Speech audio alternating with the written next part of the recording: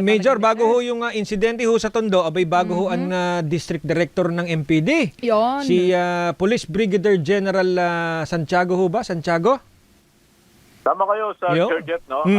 May bago na po tayong punong taga-timon ng Manila Police District. Nagangalan po itong Brigadier General Arnold Jensen C. Santiago. Ayun. Pakilala nyo nang sa amin na Major. Sino ho ba si General Santiago? Saan siya galing bago siya na-assign ng MPD? Go ahead po. Yes, hindi na bago si District Director natin yan sa Manila kasi dito siya nag-elementary, nag-high school at nag-college. At dyan din siya kumuha ng masteral sa pamantasan ng lungsod ng Maynila. Kabisado niya yung lungsod ng Maynila. Even the first time niyang ma-assign dito sa Maynila. Galing din ito ng Quezon City. Ayun.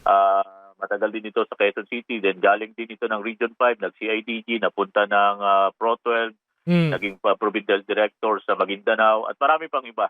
At sabi nga, ito ay abogado rin, Sir Jeff Mamartin. So sabi nga natin, ang palagi niya sinasabi sa amin dito, yung ating commitment para maramdaman tayo ng ating mga kababayan.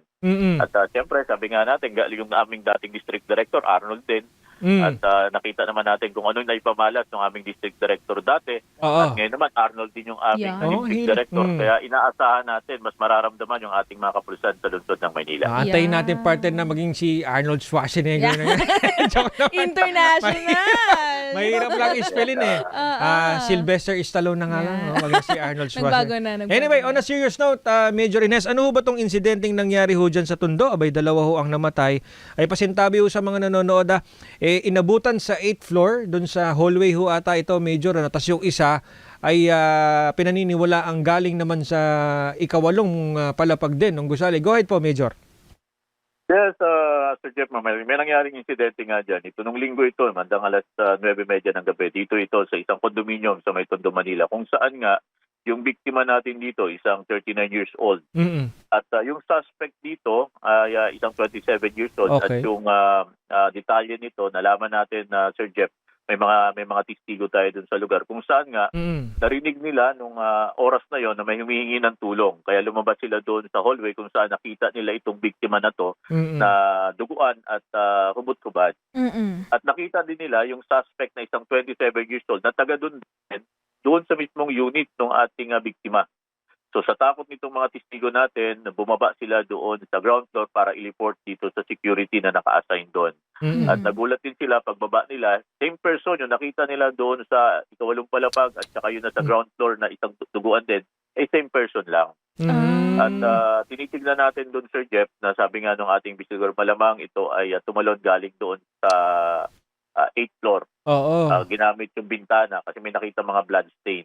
At nalaman din natin, Sir Jeff, base dun sa account ng ating investigador at yung ating hawak-hawak na report, na bago nangyari yung insidente, itong ating suspect na ito ay nanghiram ito ng martilyo dito sa kanyang sister-in-law, yung kanyang hipag.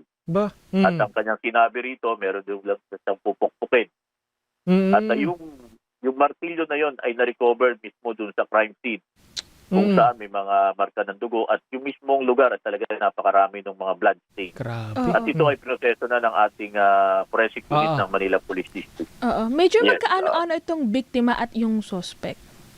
Tinitingnan natin yung isang anggulo dito, Ma'am Marlene, na ito ay crime of passion. Meron silang relasyon. At isa sa mga anggulong tinitingnan. Pero ganun pa man, naghahanap pa tayo ng iba pa nating maaaring makuha maliban doon.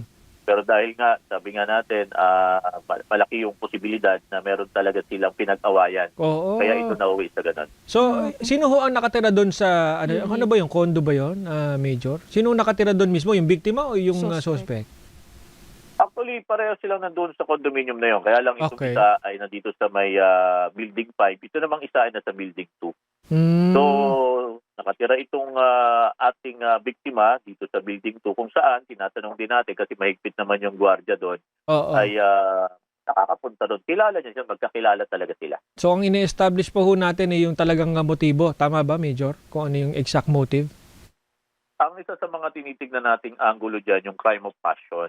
Meron silang pag-aaway at meron silang relasyon. Ang sa atin dito, kailangan lang susugan pa ito ng iba pa nating mga testigo at mga ebidensya. Pero sa ngayon, yun lang. Yun ang tinitignan nating motibo kung bakit nangyari yung insidente na yan. Oo, kasi wala, kumbaga na-rule out na ho ba ng ano pa bang May ibang foul play, na meron hong pangatlong lalaki o suspect ho doon? Wala ho, silang dalawa lang ho talaga nando, na-establish na ho yan?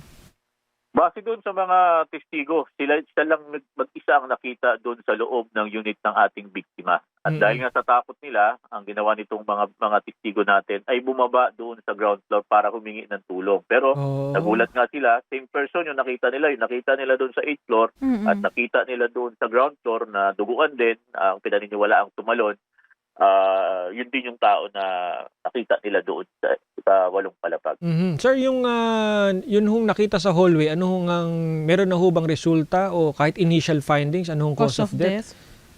Yes, nakita doon na duguan talaga ito at hubot-hubad yung ating biktima at meron siyang palo ng matigas na bagay na pinag-iinalaan yung ginamit doon, yung martilyong nakuha doon sa crime scene. Yung isa naman, syempre, yung pagkabagsak mula sa ikawalong palapag, ano? Yes, tama kayo. Naidala ito sa hospital pero dead on arrival ito. Ganun din yung ating biktima. Oo nga, Ay, sana talagang matuldo ka na yan para for the sake ho ng mga kaanak. Siyempre, may mga question yung mga kaanak, medyo no? Kailangan ho talagang kumbaga magkaroon ng finality ho ito, ano? So tuloy ang investigation, sir, no? Kahit na may ganyan na yung kinhinatnan nung tama ko dyan. Sabi nga, walang batong hindi tataob sa pag-imbestiga. Malamin talaga natin ano ba talaga yung dahilan. At lahat ng mga makukuha nating detalye, lalabas naman ito sa report. Sa ngayon, ito lang yung nakikita pa natin. At naimpormahan na rin naman yung kamag-anak nitong biktima na taga-probinsya at sa pagkakaalam natin, bumiyahin na sila kanina para puntahan yung remain ng kanilang kamag-anak dito sa isang punerarya dito sa lungsod ng Maynila. Ayun. Maraming salamat po sa inyong oras, Police Major Philip Ines, ang tagapagsalita po ng MPD, sir. Regards po sa bagong District Director, Major. Sana'y makapanayam namin, sir, next time. Go ahead, sir. Sir Jeff, Sir Marlene, sa pagbibigay ng pagkakataon. Sa ngalan ng aming Chief PNP, ng aming Regional Director ng NCRPO, at ng aming bagong punong taga-Timon, Brigadier General Arnold Jensen C. Santiago, makakaasap po kayo sa tapat, nararamdaman at serbisyong garantisado para po sa Manileños. Sa kalmado gabi. Thank you, Major Ines. Mag-iingat palagi. Mag-iingat.